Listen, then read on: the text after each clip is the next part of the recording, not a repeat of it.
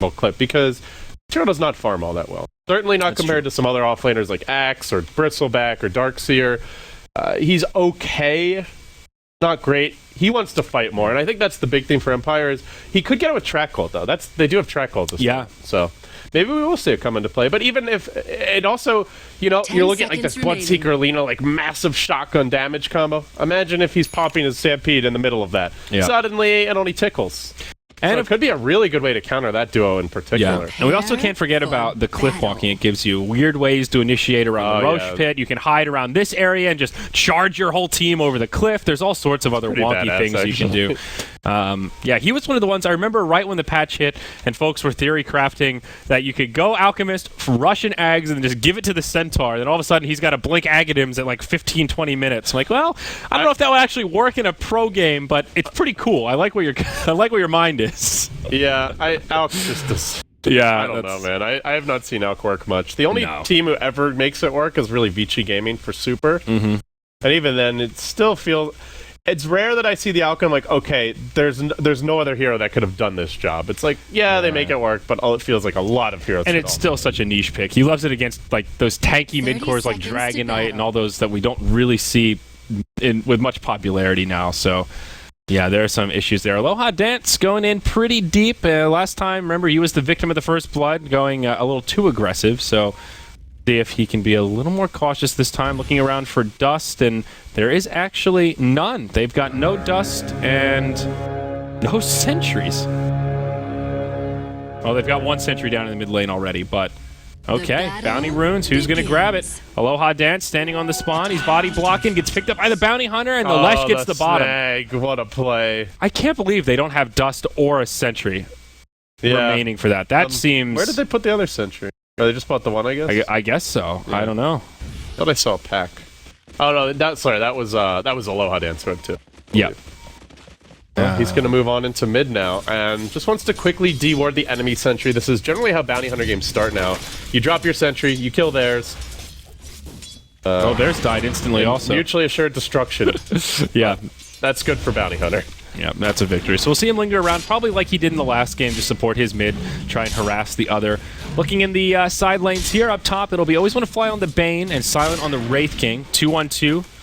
And they'll be up against Solo on the Phoenix and Mag on the Spirit Breaker. So kind of two offlaners here for Vega. I guess Phoenix is the support. Yeah, played by Solo. He's been on the support role. So support Phoenix in the offlane. Interesting. Looks like Lina reclaimed the sentry battle here in the mid lane. Gets hers down. And Aloha Dance will lose his clarity.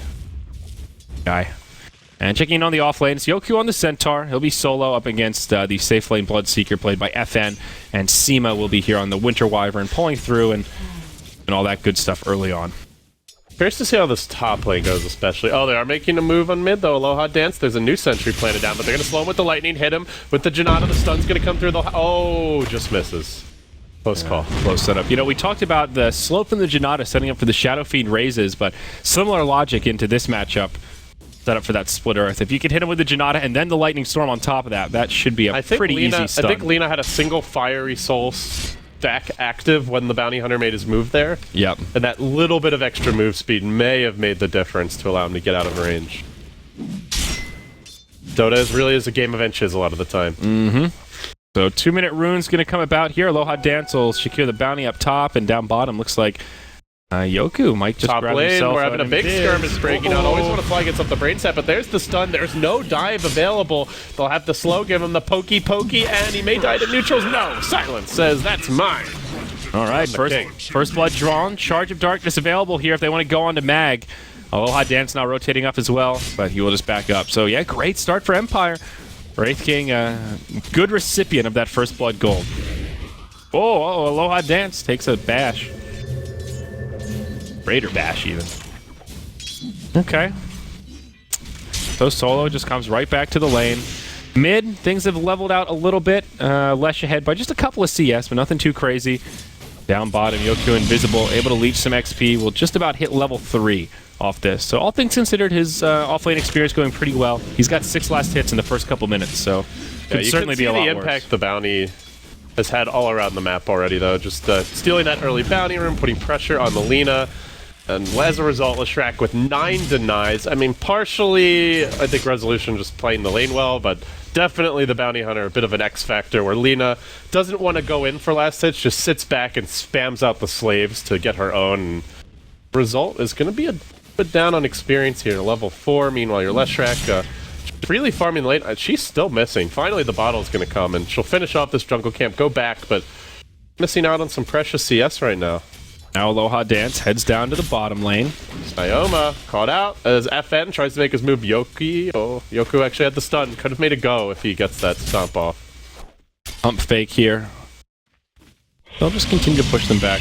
Aloha Dance just being very annoying. 4 minutes in, feels like he hasn't really achieved much, but just being around and harassing is helpful. Now up top, Silent in a lot of trouble. He'll die to the DOTs no matter what, but can they get some counter kills? Solo very low, always want to fly, gets that one. A 1-for-1 trade. I think an advantage for the Radiant side as the Wraith King does fall, but Bane getting a solo kill does help his bottom line.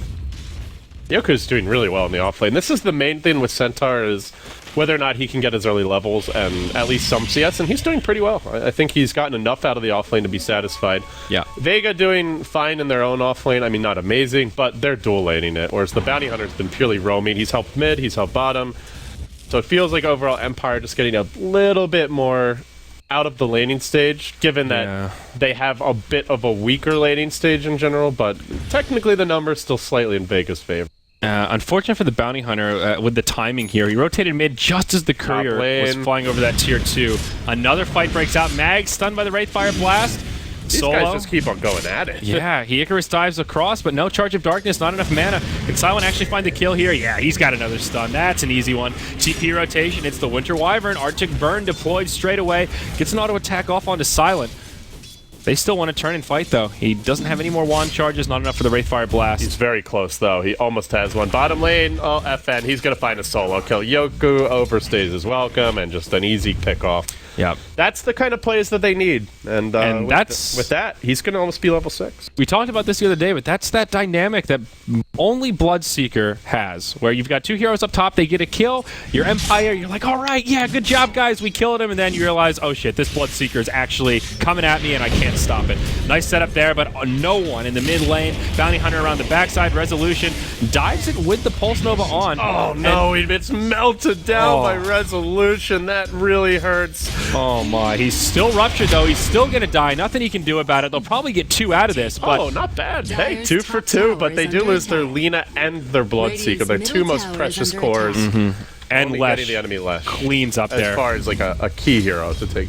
Yeah, it's still great news for the Leshrac. 1,100 gold, getting a lot of XP out of that, making the best out of what kind of turned out to be a rocky situation. That Bloodseeker. That was... Can't man up on a Lesh with Pulse Nova on like that. Yeah, you got to be a little more patient about that. He also isn't skilled Blood Rage. He's just going for the lane domination build. Thirst, 2 points in Blood Rage for the better last hitting, I suppose. Also just having it active all the time. No one's about to be in a world of hurt here. He's already used his stun. Aloha Dance, ready with the Janata. Centaur, not level 6, can't close the gap quickly, but even just the Janata slow could be enough to get off that hoof stop.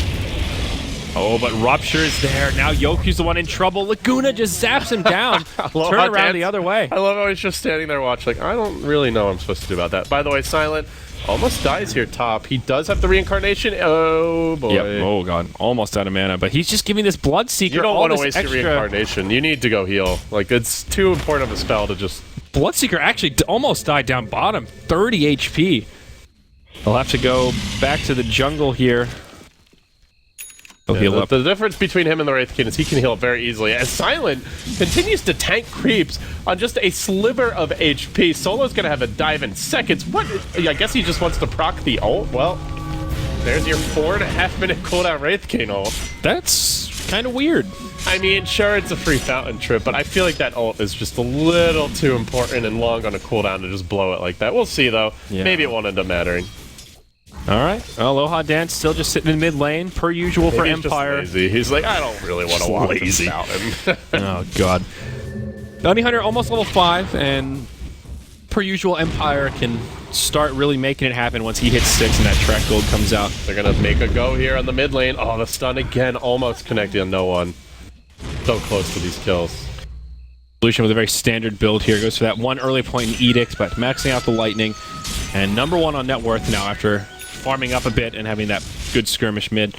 The lightning is just so strong with the 4-second cooldown. Oh yeah, it's and the flow they added. That's felt been buffed a lot. Down bottom, Yoku. Wow, knowing the limits of the Spirit Breaker so well, he'll still die here, but it takes a Laguna and a Rupture. Got the hoof stomp off onto Mag.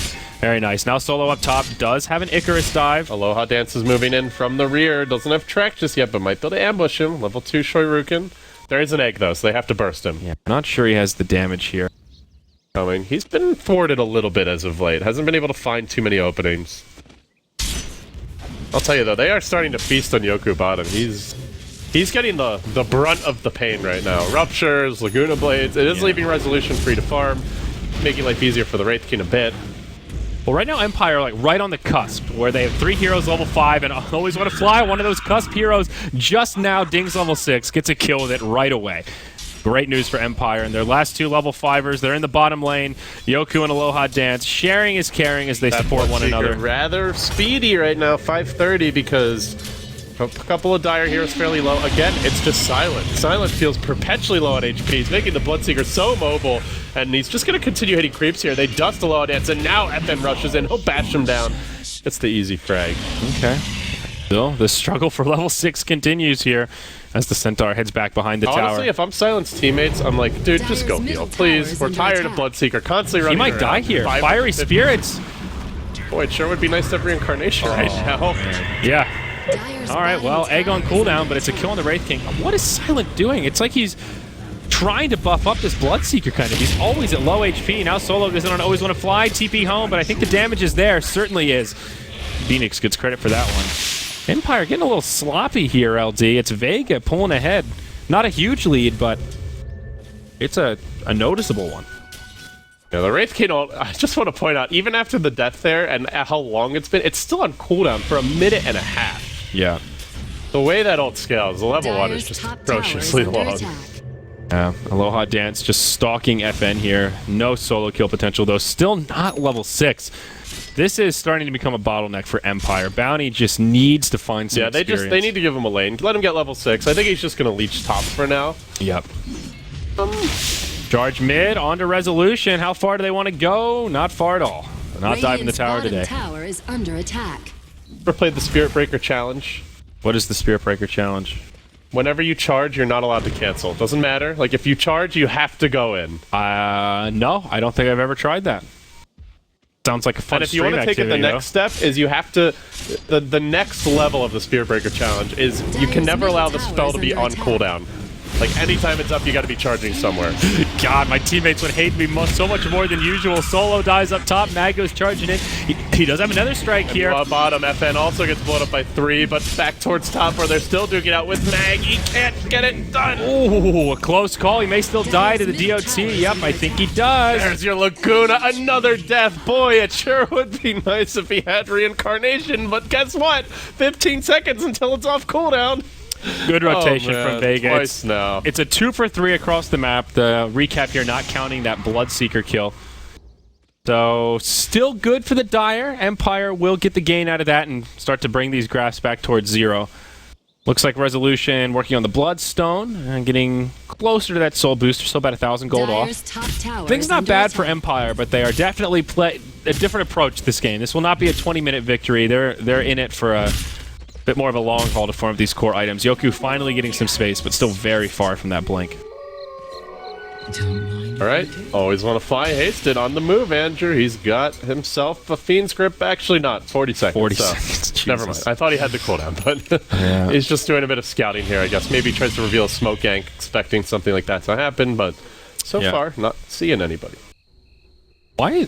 I just noticed that Bane is just always leaking dark stuff. His hands are just like always bleeding out this black goo. I don't know what's going on there, but just making a mess all over the place. FN stalked out here. They have track, but Radiant's top tower is under attack. Did the Bloodseeker get hit by it and then it broke? Actually, I don't think he did get affected. I don't think he was hit by the smoke. That was really close. Is this really going to work out when they were so close to revealing it? There's the charge coming on through. Does Resolution... Oh, they back off. They get cold feet again. Maybe they were. This is not the manliest Spirit Breaker I've ever Radiant's seen. That's top way too many tower is canceled under charges. Maybe it did get broken, though. I mean, Resolution played that exactly right, even though they were smoked up. Under attack. Hides behind the tower. Oh, you know what? They had the lane ward in. What are we talking about? They saw it, so. Derp. There you go. They knew it was coming. Aloha Dance. Oh, dusted. All right. Well, I guess the smoke pays off in the end anyway. They're going to silence him and think get the he's free dead. kill. Yeah, there you go. Nice. Meanwhile, mid. Still, 5 heroes here. Resolution. He takes the winner's curse. Could be in some trouble. Defensive Nightmare from the Bane. Sets up an LSA Laguna. A fast twofer. I'm silent, though. He's got Blade Mail. He's ready to rock and roll. Charges in. The King giving the slap chop to Meg, but there's no blink yet on Yoku. He doesn't have his ultimate any longer, and it looks like everybody will make it out. Yep, Silent lacking on mana here. He had to decide, do I want Wraithfire Blast or do I want my ultimate? And it was a little bit of a close call in terms of how it adds up. Ultimate's is it 160 and then 140? Yeah, so he needs 300 to have both. Was just a little bit short there.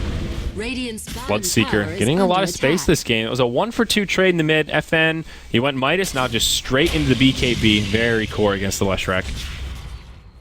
Track is coming out now. That Bounty Hunter, at least keep getting them some intel. They haven't found their explosive mid game, though, and pretty even game.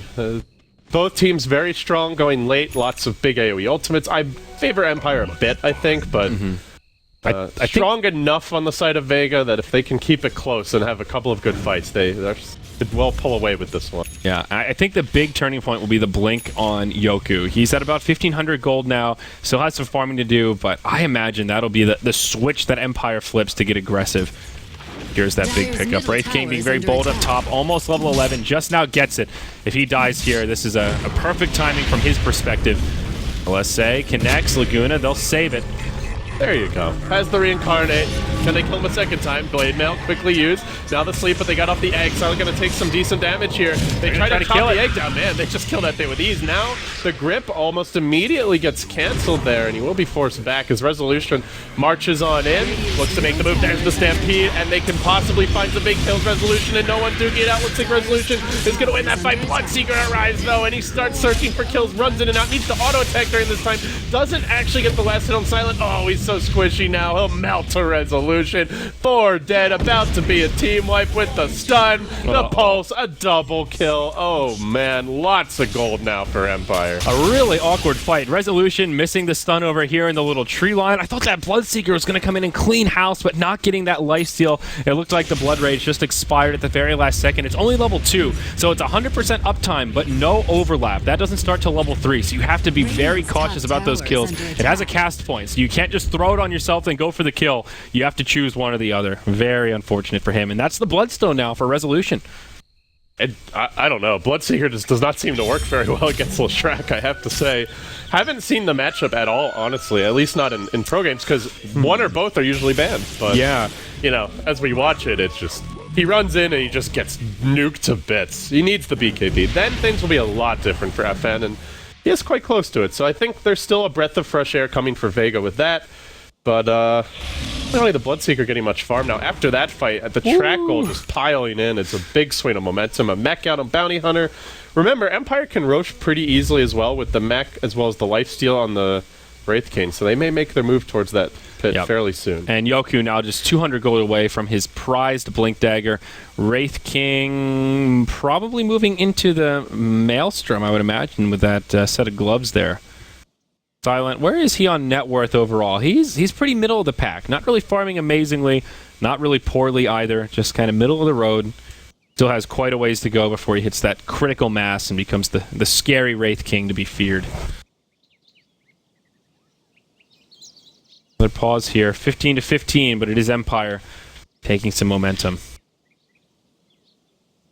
This is a pretty interesting smoke right now. Looking at Radiant Vision, I don't think they saw it, right? But they saw a lot of heroes just move through mid with this lane ward, so...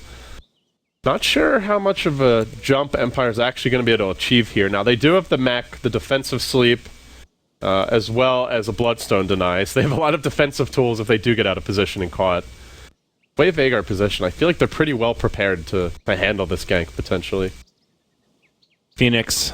forced to play the support role this game. No Hand of Midas on the horizon.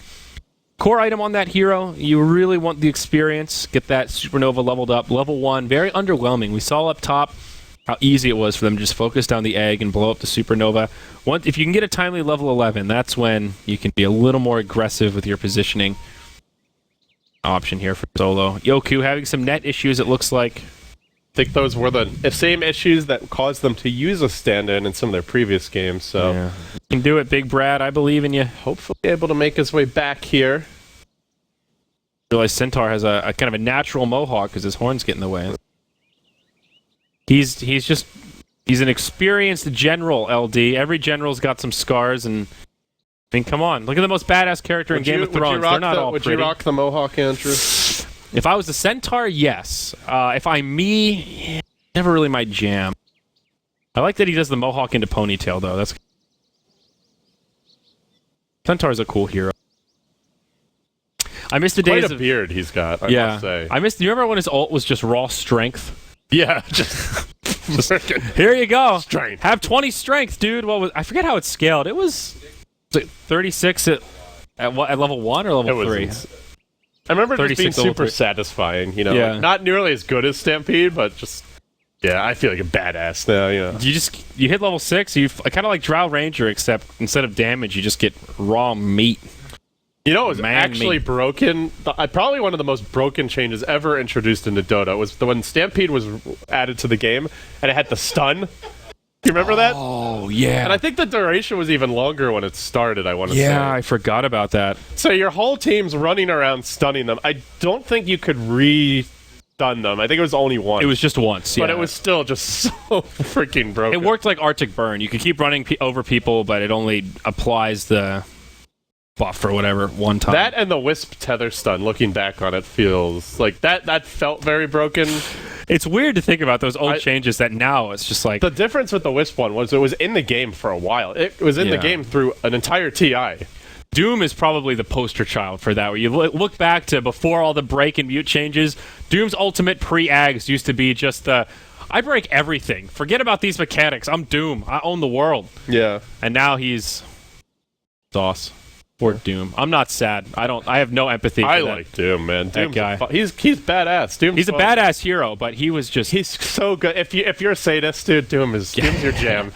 Doom makes people suffer. Like we were talking about Naga getting first picked and that being scary because you don't know what role she's going to go. Doom takes that to the whole next level because he can go mid, go off lane, safe lane, or jungle. He could do basically everything. Now, at least back then he could. Yeah, now he's just so weak. Yeah. In the age of all these bounty hunter picks, like just contesting your jungle off the bat, he's a very slow jungler. Yeah, he has no armor as well, so you just once in a while, like sometimes if you get the right creep, you go for that first smoke, maybe you get a rune, you can make a first blood happen, and then Doom can actually be relevant. But I feel like most of the time when we see him in that jungle role, he's very situational. As a laner, he's very weak, especially if you're trying to give him safe lane farm. Off lane, like compare him to heroes like Centaur, Spirit Breaker, Bristleback, Clock, Tusk. Yeah. So much easier to kill and punish. Yep, absolutely. And he needs farm, obviously. He needs a lot of farm. The demon god. He can still take over, though. That is one underrated thing about Doom. If somehow he gets the space, he can still really take over games. It's just a different style build. If you go Ags Refresher, that can still be very hard to deal with. Getting there. So, all right, Yoku. I'm hungry. Let's admire some hairstyles here. We've got a very modest mohawk going for Bounty Hunter. It almost looks like his head just has a mohawk-shaped like skin graft growing out of it. Look at some of these. Do we have any cool effigies here? Some of these pros have some pretty badass ones. We've got Pudge, Ice Baby. Let's see what he's doing. Look at Yoku's. Okay. Just no inscription, chill Shadow Fiend. Put shit-eating grin on his face. I like Shadow Fiend. He's just making a few words. The pumping up here, Bobka flying by. Is he the only one on their team that has an effigy? Oh no, there's the Enigma for always one. Black Hold. My God. There's a distinct lack of creativity here, gang. Alright. They need to hire someone. Professional effigy Sell your maker. talents to them. Yeah, they've got this amazing Twitter guy. They need an effigy guy. Okay, what is Sayoma the Slayers? What's this? Is that lion? No, but I mean like what's he saying? Let's see. Where's the lion? Let me find it here. Side. Probably an interesting. I'm guessing it's an interesting translation. Well, he's pointing. It's at least a cool pose. I like that. Yeah, pretty cool cosmetics. Is that the fish offhand? The blip blip blip blip. You know, I don't really like the third eye Demon Witch, though. It's weird that he's got a third eye that's bigger than both of his other eyes combined. And also, it looks dumb. It looks like a dumb eye. Look at it. It looks like the kind of an eye an ogre would have. Yeah, exactly. Ogres are dumb. Lion's smart, man. Steals your intelligence. Well, your mana. Does he always have little wings like that, or is that a cosmetic? Intelligence fuel. That's a cosmetic. It makes sense. The Demon Witch. I was gonna say, yeah, the wing. I'm not a big fan of the wing. Actually, you know what? These cosmetics suck. Well, they're I hate this they're like little baby wings. That's the problem. He needs like badass like Night Stalker wings. These are like, well, I thought about being a demon, and then I decided I didn't. A modest demon witch, though. He's, yeah, he doesn't want to show off his junk. He's got the little toga thing going on. Yeah, that's good. Is that blood all over his body, or are those supposed to be his muscles or battle scars? He's got all sorts of weird textures, like his body's been cracked. It's like he's made out of stone, and he's been aged by some environmental factors. Let's check out these Lesh cut. Man, Resolution doesn't even have the immortal.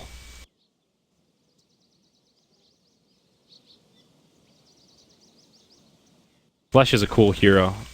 One of my favorites from back in even the Dota 1 days. I always just thought his hero design was cool. He looked cool, and just the concept of how his spells work together was always just a well-designed hero just in general. He has massively large arms, though. That always bothered me about his Dota presence. Look at it. Look at this. His arms are like the size of his entire torso. He's like kicking himself in the hand every time he gallops. No reason for his arms. Gotta go fast. He goes like, gets the hands down there. I always wondered about that with like the half humanoid, half like four-legged creatures like centaurs. What's their flexibility like? Like, can he touch his toes on the front? You know? I'm not sure. I don't know. I've never really thought about. I've never read about centaur lore before. We were talking about this the other day. Dota lore, they need to make some like story-based games within the Dota universe if they really want people.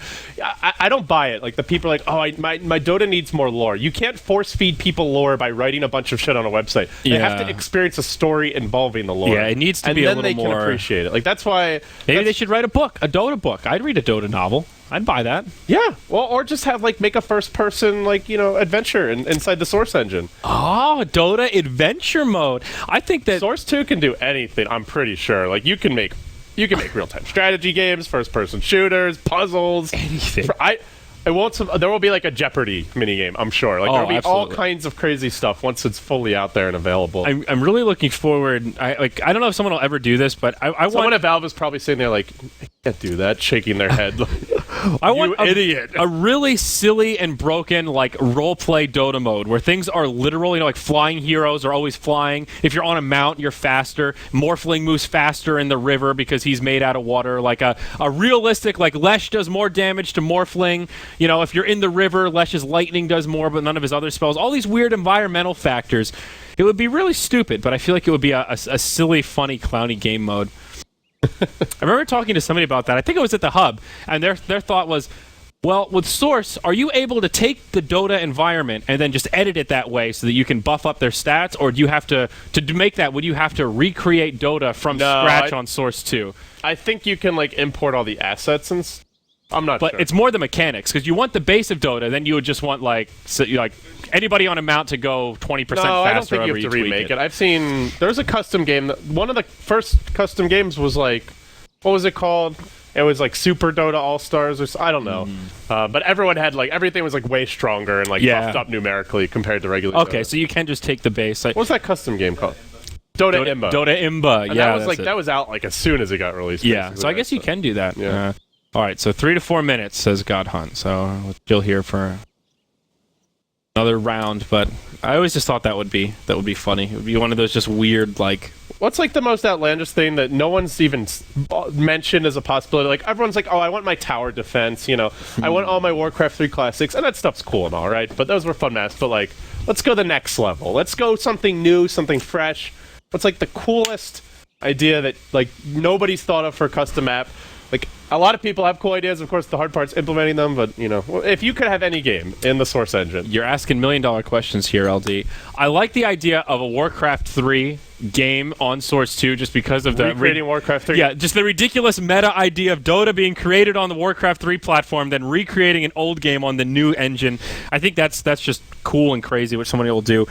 I want to see an awesome Pokemon game. That's the one that I'm looking for. You know, we were talking about this yesterday. Yes. Our producer, Rob, was saying, why has nobody made an MMO for Pokemon? Well, he was talking about a MOBA, but a MOBA? Both would be good. A MOBA, either way. I think like a more of like a persistent world is where Pokemon really gets fun. But yeah. I think either or could work. It has to be 150. If you're a Pokemon fan and you know how to make custom games, do something inside of Dota. But please make it a 150 Pokemon thing. Yeah, you probably have to change the names like Pika Blue and. If it's free, can they DM? I'm sure. Yeah, you can't just. Well, in Warcraft 3, they had all kinds of stuff all the time. Maybe Nintendo didn't know about Warcraft 3. I feel like Nintendo lives in its own bubble of just like. They might not know about Dota. Mario stuff. People are gonna make that stuff. I guess. Oh yeah. And that is an interesting How does question, the process work right now? I don't think you have to get approved for maps. I don't know. I'm pretty sure you just make one and it's just available. And who actually owns it? But I think Valve chooses the ones that will get promoted and they rotate it every couple of days, or maybe it's popularity based. Yeah, I don't know. I guess if they noticed something that was really violating copyright, then maybe they'd shut it down. I mean, Nintendo's notorious for having a very they protect their IP. Old school approach. Okay, so Nintendo, make a Pokemon map then for us. Pokemon MOBA? I mean, come on. They already tried with Dawngate and all those other shit-tier MOBAs. They could have made an awesome Pokemon They're cashing in, dude. They're selling, like, Chrono Trigger on mobile phones now for $10. You've got Final Fantasy VI for, like, 15. Final Fantasy VII Remake. Like, okay, the Nintendo and Square folks are in full... But it was Nintendo that... Wasn't there, like, a big Smash tournament, like, 2 years ago that Nintendo DMCA? They were like, no, you're not running tournaments with our game without our approval. It's like, well, I see why that could make you mad. They were trying to shut down the Smash competitive scene, and then somebody finally woke up and was like, holy shit, wait a second. Retarded. There's a community of people promoting this. that want to promote our game for free and find sponsors. Maybe we should just sit back and collect. They didn't really we should actively promote that whole thing. I remember when that happened, just thinking like, this is a no-brainer. Like, whoever's in charge of your company should be fired. Well, and then you have all these... It's so ironic because you have all these other companies that are like startups trying to get into the esports, and then we're going to have all these esport... And they spend all this money on it. Spectator features, and then no one gives a shit because it's just... you can't force the lore, as we've talked about. Nintendo is the hardest part down. They have the IP that people enjoy. Yeah. They have like the games and the characters that people think are cool. Now just make the cool That's the hard part. The easy part is then people making a community around it, and you just saying, great, and letting it happen. What are some other cool games that would be adaptable into Source 2? Surely we've played some fun games. Oh, yeah, the other thing we were talking about is VR. Oh, VR. VR. That was where Pokemon sounded freaking amazing. Imagine being, like, first person in the Pokemon world. You see, like, a Dragonite flying. Oh, that would be badass. That would be so cool. Now, like, just think about the future technology. Can you imagine you're in Key Arena, it's like, or even like a hockey stadium, and it's all 3D. So and you're you seeing can see the game develop on the field. So it's like watching a football game, like, or a basketball game. Like, that's not quite VR, but it's similar. It's very immersive, and the whole thing, you know, Enigma black holes, the whole room turns purple. There's all sorts of crazy, awesome 3D shit. They're not quite there yet, though. I don't think they have holograms that are quite on the Dota level on that scale. You know, give it a decade. I'm sure Valve can figure it out. Maybe we'll have to invest. Concept. I don't think the technology is quite there yet for the hologram aspect, but I feel like more can be done with the spectator experience for sure. You know, doing like, there's no reason why you can't grab events happening in the game and like create queues based off of that. So make like the lights change when there's a black hole. Well, was it TI2 or was it TI3 with the Enigma guy? Every time he black hole, he would stand up and just like, that's an individualistic version of... That was one of the most fun aspects. Kind of what we're talking about. I remember seeing that camera shot cut to it, just being like, oh, wow. Dota's cool. We are still waiting here on Mr. Yoku, by the way. It's been more than 3 to 4 minutes, but, you know, he's not back yet. So. Yeah, not much we can do here. So, we're just humble casters today, folks. So, we're at the behest of the admins and the players to deal with this one. Looking back at E3, were there any other big announcements that really caught you besides the Final Fantasy VII remake? That was pretty hype. I didn't catch the only thing I watched in E3 that was really cool, or the Nintendo World Finals or World Championships, whatever it was. I thought that was really fun. It's a cool idea to bring in, I know Cosmo and some of the other people that were there, not personally, but I've seen their stream. So it's cool to see those people in a different venue, and it's neat to see all these like the decathlon of Nintendo games. I thought that was kind of cool. I enjoyed watching I mean, some of the games were a little silly, but the overall idea was really cool. That. It was nice. It's a nice change for Nintendo. I think to be the Mario Maker stuff at the end was actually giving me nerd chills. It was the most intense, complicated, difficult Mario maps I've ever seen. And you have these players that they run through it, you can tell, okay, they get stuck, they don't know where the wall is. They figure it out in like seconds, and then just one run through, and they're speed running it, just clunk, clunk, clunk, clunk, clunk, clunk, got it, 10 seconds. Like, you are too good at Mario games. Stop. It's ridiculous. It's just ridiculous. This was designed to be so hard that even you would be stumped. That was really fun to watch. I thought that was really cool and creative. What else was really cool? I don't play the game and I don't care about the game at all. It's like completely meaningless to me. But the one thing I did like was Minecraft had something with VR. I think it was at the very end of the Microsoft bought it, right? I think they did. I think so. Yeah. And so it was at the end of the Microsoft presentation. It was really cool. I'm like, okay, this game sucks. Sorry, the Minecraft fans out there. I don't care about this game, but like, I've never seen VR. I've never gotten to try it yet, and it was like, wow, this is a lot farther along than I realized it was. Yeah, I saw some stats the other day that Minecraft is the most watched game on YouTube by a huge margin. It's ridiculous. Like, I was looking at. Have you ever heard of the website Newzoo? It's like they compile. It's like New Zoo, like an animal zoo. Yeah, New Zoo, just like that. It's the experts on all things game. It's just like a data agency. They collect data on like metrics and stuff. It's designed for businesses. You have to the reports are thousands of dollars, but they have some free stuff. And I was reading through them, and they have a breakdown of all the different games on YouTube based on popularity of the YouTube of the views. Second most searched term on YouTube. Like look at that. It's insane. Minecraft 2.4 billion views per month. The next closest is GTA at 800 million. It's just crazy how fast it falls off, and everything else is just Dota's lumped together. 141 million. Even League is only 260. Dota's below Clash of Clans and Angry Birds for YouTube. That's mobile games, man. Source 2 Angry Birds. Oh my god. The Dota community, you guys got to step it up, man. That's not good enough. Well, Counter-Strike's way ahead of us, too. Also, to be fair, there was nothing going on. This was in January. So yeah.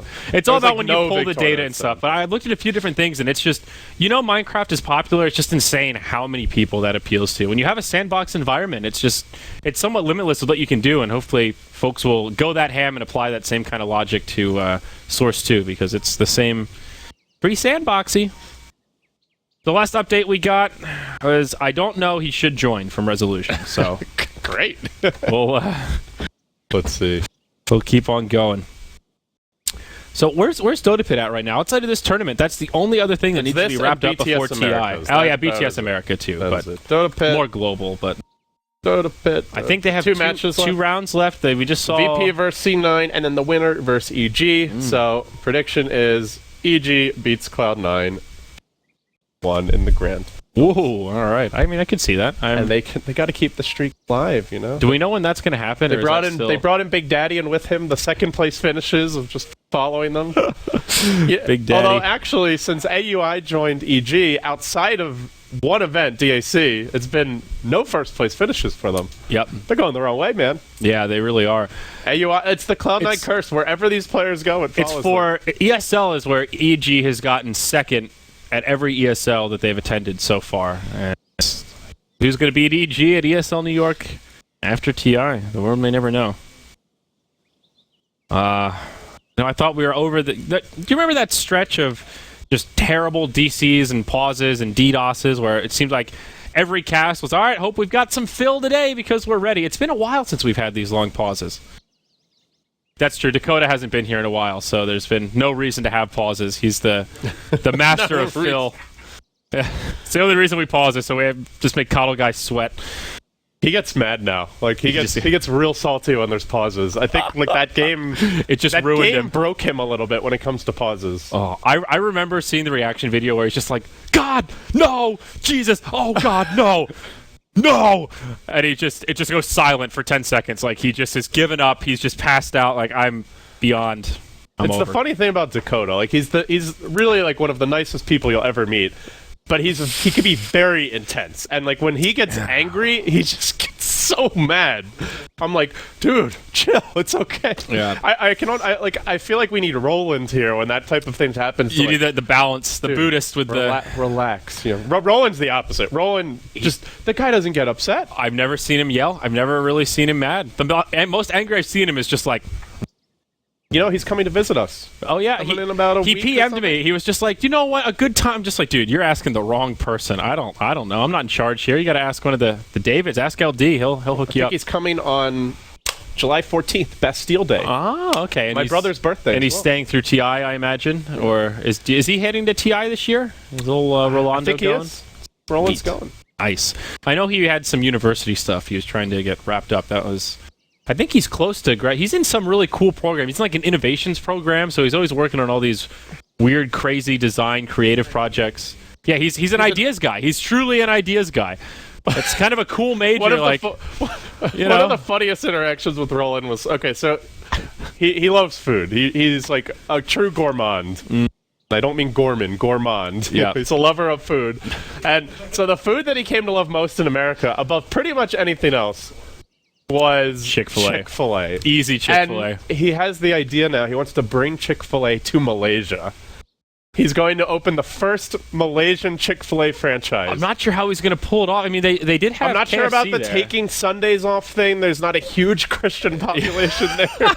But, you know, if you can get past that. I've never seen somebody fall in love with Chick-fil-A so hard. But it was so funny because he'd be eating the Chick-fil-A, and like every time he would eat it, he would start talking about this again. It was like eating the Chick-fil-A really was serious. Like injecting him with the, oh shit, I need to work on my business plan to open a Chick-fil-A. And every time he would eat it, it would happen again. It's like most people, the funniest thing ever. You know, you're really hungry, you're like, wow, this Chick-fil-A is really good, I love it. But Roland's like, that was amazing. Well, let's go get another one. One day I saw him eat like 3 full Chick-fil-A meals.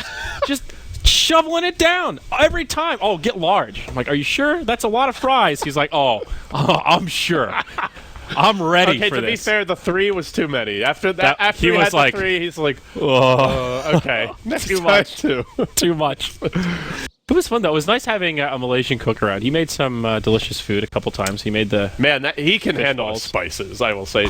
We have a couple people in the house who are okay with spicy food. You're okay. Merlini's okay. I've had a few. Roland is like the spice lord. He's like straight out of Dune. He's the king of the spice. I've had a few regrets. Guys will just. What was it? What was the insanity? The insanity stuff. I've had a few regrets where I haven't had my camera ready to film, and this was one. We're like, all right, Roland, you got to try this insanity sauce. And Merlini is like just a few drops. Seriously, and Roland's like, it's really strong. Silly. No way. He takes a wing and just gobbles it. He eats it, and he literally is like just dripping sweat. He's like crying. His glasses are fogging up. He's just like, oh, it's so good, but it's so hot. I've never seen anything that like someone with that reaction to hot food like that. It was so funny. The best Roland story actually was something that happened shortly after he moved here. So we're sitting down to dinner, and we're eating. Or actually, no, it was before we were eating. We were preparing food, I believe. Mm-hmm. And Merlini's girlfriend, RMP, the real Merlini police, was using a knife. Yep. She was doing dishes. She was just cleaning. She was doing dishes, okay. Yeah. And she cuts herself. Right? And it's actually a pretty bad cut. She's bleeding quite a bit. You know, so we're all trying to help her out, you know, get her a bandage, whatever. Roland runs into the closet, the pantry. It's dark in there. He closes the door behind him, and he just hides in the pantry. And then finally, we're like, "Wait, where's Roland?" Once it all settles down and the fingers bandaged up, like, where did Roland go? And someone's like, I think he went into the pantry. And so we're knocking on the door. Roland, you ready to come out? He's like, is the bleeding over He like yet? peeks it over and he's just like, is it over? Is it done? Is the blood cleaned up? He just cannot handle blood at all. I think we were all so sitting down eating, and she was like doing dishes or wiping up, and she accidentally just clipped her finger on a knife, and you jump up to get a Band-Aid. The rest of us are like, okay, LD's on it. Roland goes, I'm out of here. Time for timeout. And he just closes the door. I was like, whoa. Whoa. He's a really funny guy. Yeah, he's funny with the cat, too. Remember, 'cause we don't like the cats on the counters, but he didn't like to touch. Sophie bit him, like, the first time he touched her. Did we ever release that video of, like, a day in the life of Roland at BTS? Yeah, we did. The one where the cat's sleeping on him. Can we play that while we're waiting? We have it. It's on YouTube. I think if you search "Life we can of probably like, the get it up intern" or something. But yeah, she bit him like the first time he tried to pick her up, so he never wanted to touch her. So she would get on the counter and he'd try to kind of like box her out, you know. Yeah. And Sophie's just like, I don't know what's going on, but I'm not into this. This is really funny. Oh man, I missed the Roland vibe around here. We are missing Yoku, by the way. He's not back yet. Yeah. No idea where he is. You haven't missed anything, folks. He hasn't even been able to reconnect. So. And they have shitty effigies, so there's nothing to look at. So. Yep, that's true. Screw them. Yeah, the admins are talking to him here. They're still trying to sort it out. I don't know. This is a big game, so this is a kind of a, you know, there's a sticky situation here. Yeah, we could potentially have that Empire VP best of 5 as well. That would be very exciting. Yeah. That and Dota Pit would be the last two big like TI matches or previews of TI before the main event. I guess it's good that Vega's top 3, though, because they'll be there for wild cards. So I'm really curious when we're going to get more information about it. We still have, the format has not been announced. The prize pool distribution's not been announced. Yeah, that's true. There's a lot of question marks still. I know, you know, speaking for the casters, some of us are a little bit in the dark as to the details of the event. You know, most people just know they're going. Multiple casters have asked me, "Hey, do you know who I'm casting with?" I'm like, "I don't know who I'm casting with. I don't know any." Like, do you know who I'm? I know I will be there, and I will be casting something with the group stage. That would be pretty weird if, like, you knew who, like, you know, just like Huddle guys casting with. Yeah, just like, yeah, Owen, I think you're going to be with, like, what? I don't know. Yeah, Capitalist, you'll be paired, you know, with this person, but I don't know who I'm casting with. I have no idea. I've never even worked at TI before, dude. I'm just taking it as they come. I'm going to follow the directions best I can. What are they going to... What new cool shit is Valve going to have at the secret shop? Dude, I have no idea. That's what I'm really excited for. Last year, I was so surprised at all this. Like, I thought the leggings The merch, man. Yeah, the leggings were really cool. They had, like, the mini cosplay stuff that was really cool, like the Meepo cows. There's all these unique things that you think, wow, that's not something that I would have just found on Amazon or somebody would have, you know, just kind of made. I thought they did a really good job with the community contributions. At DAC, they didn't have too many different items. The two different things they had were a Dota 2 mug. It was like it was kind of like this one, except it was just like layered, kind of like a volcano, so it was bigger. It was like a massive mug. It was really expensive. It was like $30 American. And they had a towel, a Dota towel that was black and red. I thought the towel was badass. That was the one thing I wanted. It was literally $45. Like $45. Like it was like 40 to 45. I was just like, I don't want it that bad. That's the one thing I wanted, and everything else was normally priced. The towel was disproportionately more expensive than everything else. The one thing that, like, they had so many cool shirts, but I was like, I can't get 20 shirts. So then I had to pick, and I was like, there were only a few that I was like, you know, clearly are the ones to go with. The don't worry, I'll carry one is good. We gotta resume. All right, so Yoku, I don't know how he got in here, but he was able to join. Apparently he can't join TeamSpeak, so that's unfortunate. So where were we in this game? Uh-oh, smoke on smoke. Oh no, Vega. No one walks right into it. Blood right will connect on just one. Only always want to fly. Now it's going to be the Radiant side that are on the advantage. Mag comes cruising on in. Always want to fly. Gets bashed up, but around the backside, nope. Bounty Hunter's not going to be able to make it in for much. They ping him out, but he'll make it back. Wow, an explosive resume here. They maybe saw that. I mean, we were at, I think, way back before the pause was like 25 minutes, but we were asking, like, did they actually see the smoke? They had seen 3 heroes just run through mid. Suddenly they're all gone. So if they didn't see it, they definitely suspected it. There's a charge on Aloha Dance, though. No dust available. It's on cooldown for 40. Hey, does anyone else have it? Maybe they can hit it with a stun here. Just blow him up with AoE. They're going to get him, I think. That's clever. Using the supernova. Very well done. Oh, that's another kill. So 17 to 15. Let's take a look at the graph as things have plateaued here. Empire were holding on to a pretty good gold experience lead. They'll take a step down, but overall, things looking okay for them. We'll reacquaint ourselves with the items. Yoku had just recently picked up that Blink Dagger. And Silent, he has a Blade Mail working on the Armlet. Okay, so not going for the Maelstrom, but indeed going for this armor build that we've seen him do a couple of times now. It's a very cost-effective damage item. It goes best on heroes that have some sort of lifesteal. If they don't, you often... Or way to sustain, basically, which he does. A strength hero, obviously, preferable for it, and it's just a very cost-effective item. The build-up's great. With the ultimate, he can afford to be a bit risky with Armlet toggling, always knowing that he's got at least a little bit of an insurance policy, so... Yeah, I like Armlet a lot on Wraith King, and I'm surprised we don't see more core Wraith Kings go for it. I feel like it's pretty mandatory. Yeah, definitely strong on that hero. Lesh with an invisibility rune online here, looking for a pickoff. Nobody too squishy available. They're going to make a go at mid. There's the Yules on Always Want to Fly. Now gets ruptured. BKB was popped by the Bloodseeker, but he's gripped through the full duration.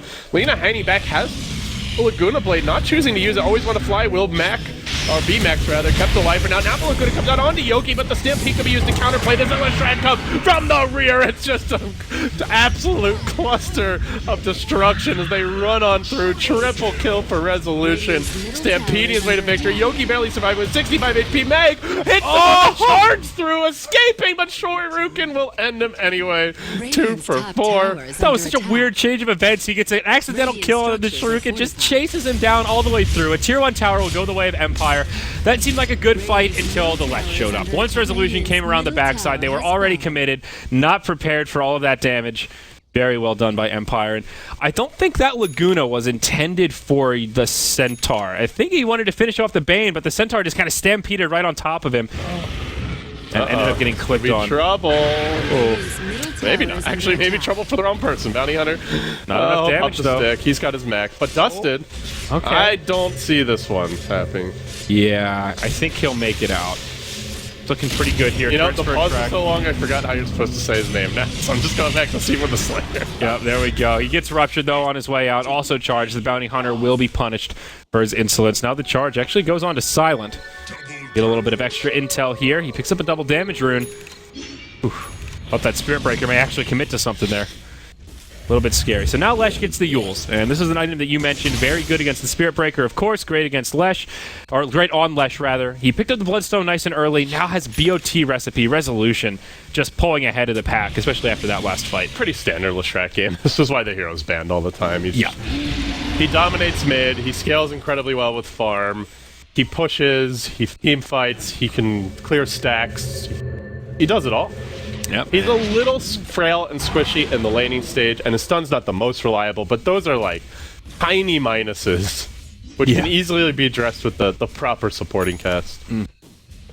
Absolutely. Now Bounty Hunter gets his Guardian Greaves, so a nice efficient heal for the team. Also some mana to go about. Looks like Vega will group up his 4 in the mid lane. Empire not going to give them much space. Centaur on the high ground. Greaves, does that remove the Bloodseeker silence from the whole team? No. I think it just purges the person that casts it, or dispels, rather. Oh, yeah. So I'm sorry. Yeah, it's only from the caster. Just from the caster, so. I was reading the Guardian aura. Yeah, but it will for the Bounty Hunter for sure. Ooh, bump into no one.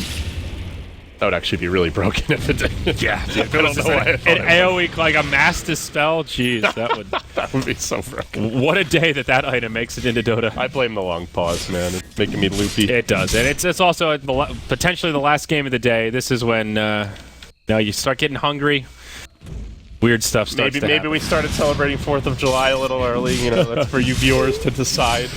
Yeah, Silent getting close to his Blake. He's got the armlet up, so he's starting to come online a bit. We'll see a rotation into the enemy jungle. BKB used by the Bloodseeker. Winner's Curse on the Resolution, and the egg off to the side. They get the 3-hero charge. The egg goes off and stuns everyone. The BKB came out early from Headband, and Empire getting rolled to bits. 4 down. Everything went perfectly for them there. Bloodseeker BKBs preemptively. The 3-hero charge through by Mag. Just a gargantuan play on the cow. And from there, it's just easy street victory. Just great reactions. 4K swing there. Very nice for Vega. All of a sudden, Phoenix has a hand of Midas, and things looking a lot better. That downward spiral, that Empire on, just about to level things out. Tier 1 tower mid will go down after the glyph. Look how long the graph was just sitting parallel. That pause. Oh my. It certainly was.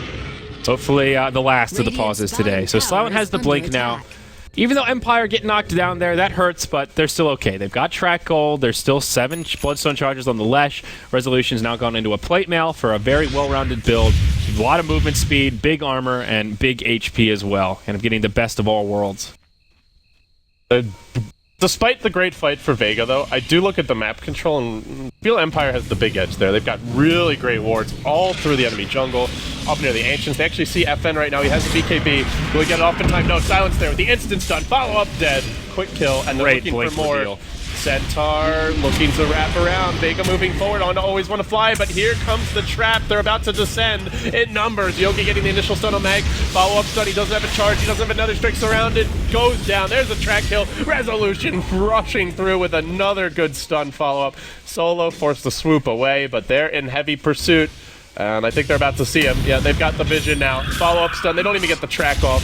4 kills, right? Rip roaring back the other way. That's fine. There you back go. It's as easy as that. Another nearly 4K gold swing. It didn't even count the Bloodseeker, so definitely more than a 4K blood swing. Blood swing. A gold swing. I'm making up items. You're talking about blood swings. We're just... Oh, we may as well actually get drunk so that we have an excuse. There you go. That's the new word for when Bloodseeker gets a kill whenever he has blood rage on. It's a blood swing. Look at all that healing. There you go. Technically, I guess it kind of is. It could work. He's got the Shadow Blade, so looking for a break here. Passives that it gets rid of. Disables Janata. Gets rid of Return. We'll get rid of the Vampiric Aura and the Crit, I believe. So an okay Silver Edge game. Nothing too game-changing, but helps a little bit if he wants to upgrade it. Looks like Bounty Hunter, or pardon me, the Centaur will move into Hood of Defiance, eventually into a Pipe, and this Bounty Hunter will now grab the Medallion, eventually to be that Solar. Dire's top tower is under attack. They are trying to split push here. Lina has her Ags inbound, so that's a pretty big pickup. We'll get the last hit on the tower top. No one continuing to stay at least somewhat relevant. Yeah, nice there. The upgraded Laguna, always a boon. Shadow Blade. I guess if you can get off that auto attack on the Leshrac, this is really good to mitigate his outgoing damage in a team fight, getting the Silver Edge. But a standalone Shadow Blade does not feel very useful against Empire. Yeah, definitely not. Mag will be going for the BKB, just about 400 gold away, so that's pretty good. Look at the crap. That is really a mountain peak right there. Does it? The Silver Edge, it stops. It's all damage output. It's not just physical, right? It's not right-click that 40%. It actually does work on Lesh that way. I believe so. I assumed it has. Now that I'm thinking about it, no one's explicitly ever said that. So, we'll hold that thought, though, as Seema gets initiated on by Yoku. He'll be charged in return, maybe a little bit ahead of his team here. The Centaur about to go down. Where's the rest of the Dire? They couldn't get there in time. It's a freebie for the Bloodseeker. Yeah, I'm pretty sure it works that way. It just says damage reduction. It's a bit ambiguous. It just says applies a damage reduction. Doesn't say anything about physical versus spells magic, or whatever. General damage reduction. Yeah, like for example, Octarine. That at first I know some people thought, no, it's not physical. It's just it's all spells. It's all spells. Bristleback can use Octarine to much avail. Believe me. Even Luna's Glaives, which is actually pretty powerful. Yeah, powerful synergy. Yeah. Oh, that's a weird one. Yeah, that's one you don't think of, but. Because then if you get lifesteal on top of it, she's very, very tanky. Yeah, that's ridiculous. It is an item slot that could be put towards bench. As we learned from Lotus Orb yesterday, sometimes those tooltips can be misleading. Bloodseeker walks right into it here. Fiend's Grip will set it up. Now Mag on the run. Have a charge, and now because of that follow-up stun, and they're going to go to work here. Hack-a-slash time. They do Yule's the Wraith King. He tries to block him in. Mag put under for a moment here by the Wyvern, but can he stay alive? Charge is ready. No chance to use it, and now coming from the left is Resolution. He's going to get here just in time to start cleaning up. It looks like Great Winter's Curse, but not enough fall to get the kill. Seema will fall, and now the Yules follow up. They're looking for additional frags. No one about to melt. Down he goes. It looks like Empire just crushing their way through. There was a Supernova here, but doesn't really get a whole hell of a lot done. And now Solo may die on the way out. Can't even make it to the high ground. It's a 5-0. Again, Empire just coming out with huge. Track gold, with track gold, with track gold. 7,500 gold, 7,000 experience. What? After a very long pause, it looks like we may have a very short conclusion to this game. That was just utter domination. One of the biggest swings we've seen in a 5-0 trade. And this guy right here, that's the bandit that made it all happen. Mr. Bounty Hunter. Well, a glory shot there of Mr. Lesh as he comes in. 4 Bloodstone charges. Shiva's Guard, still an Aegis of the Immortal in tow, and a lot of time on it. Over 2 minutes. They'll just go right into the high ground. The clip's already been used. They have no Winter's Curse. They have no Supernova. I'm sure they've got a couple of these single target ultimates, but holding is going to be tough. Empire, I don't even think they need to back, but they could play it safe and go for that. They still have the Wraith King ult. It's level 3. Yeah. Let's see. Everybody flapping in. The Phoenix, the Wyvern flying high. They Rupture Silent. Blade Mail activated. Starts to Armlet Toggle. Running around while Ruptured and Armlet toggling on and off to maximize the damage. Almost kills FN. Instantly he falls. What a counter to Bloodseeker that is. Mag will end up going down. Now the buyback from the Bloodseeker. This is the final hold for Vega. It feels like they need to make something happen here. No one gets brought down next. Mag goes charging on in. Solo looking to make it back to the well, but Resolution can't quite finish him off. He needs more mana. Oh, God, he needs to use this Aegis of the Immortal, but he just can't quite do it. They'll bring down the Bloodseeker again. It's a dieback for him. Look at all these items, LD. A Desolator, an Assault Cuirass, You get an item. pipe. You get an item. Everybody gets an item. My. It's just shopping at the enemy well right now. It's like Christmas Day here for Empire. I can't get it. What a cool counter to Bloodseeker. So he got ruptured. Oh, they're going to be one last fight here. They'll kill off the egg. Maybe it's low. Get it, and get it. won't fall. Kaput. All right, down it goes. So they're Now, going to fight a bit at the fountain. Vega. Winner's Curse, Resolution, almost uses his Aegis, but he's still alive. Mag dies, now Seema dies. GG is called, not a moment too soon as another 5-man wipe comes out. Just look at the gold graph. It is... Jesus. Boy, this was such an God. even game, Andrew. Like 45 minutes of even Dota. No swings. And then all of a sudden, massive swing. Well, one thing is for sure, Yoku is a key member of Team Empire. Yeah, if you It's had any night and questions, day. they're gone now. Absolutely night and day. This is just a different team from what we saw the other day. In good form and good to see. A noble effort from Vega. They had a good run throughout the tournament, showing us that there was definitely some legitimacy to that second place in the TI5 qualifiers, and they'll still be at Seattle for the play.